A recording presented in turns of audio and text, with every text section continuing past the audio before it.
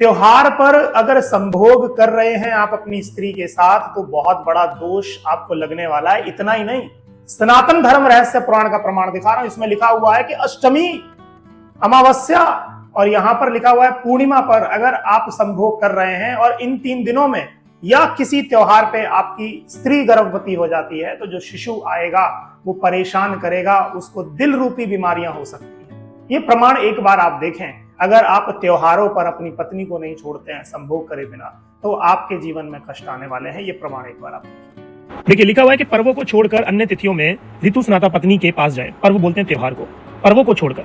नीचे लिखा हुआ है अमावस्या पूर्णिमा अष्टमी आदि में स्त्री गमन निषेध केवल शास्त्रों में नहीं अपितु वैज्ञानिक भी है। अमावस्या पूर्णिमा अष्टमी इन 3 दिन में कभी भी स्त्री गमन न करें।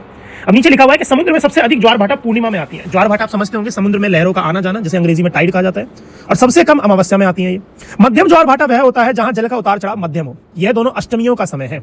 यह सूर्य चंद्र के आकर्षण विकर्षण से नियमानुसार होता है। जैसे सूर्य चंद्र दोनों का प्रभाव समुद्र व नदी तालाबों फलों पर पड़ता है, वैसे ही प्राणियों के रक्त पे भी पड़ता है, क्योंकि रक्त भी जल का भाग है। समझिए इस चीज को। चंद्रमा का प्रभाव पुरुष की अपेक्षा स्त्री पर अधिक पड़ता है, क्योंकि चंद्रमा फीमेल है ना।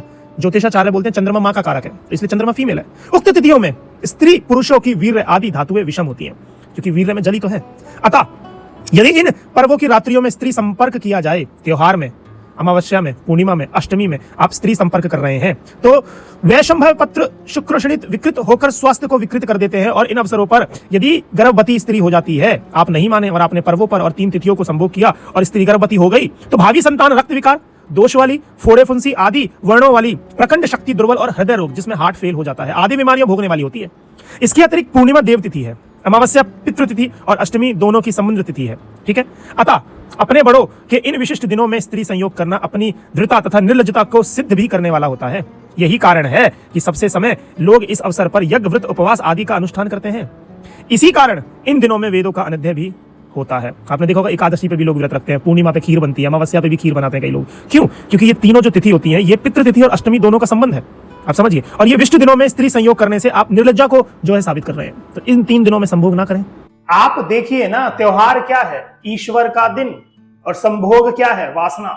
जहां वासना होगी वहां ईश्वर नहीं हो सकते, और जहां ईश्वर होंगे वहां पवित्रता होगी।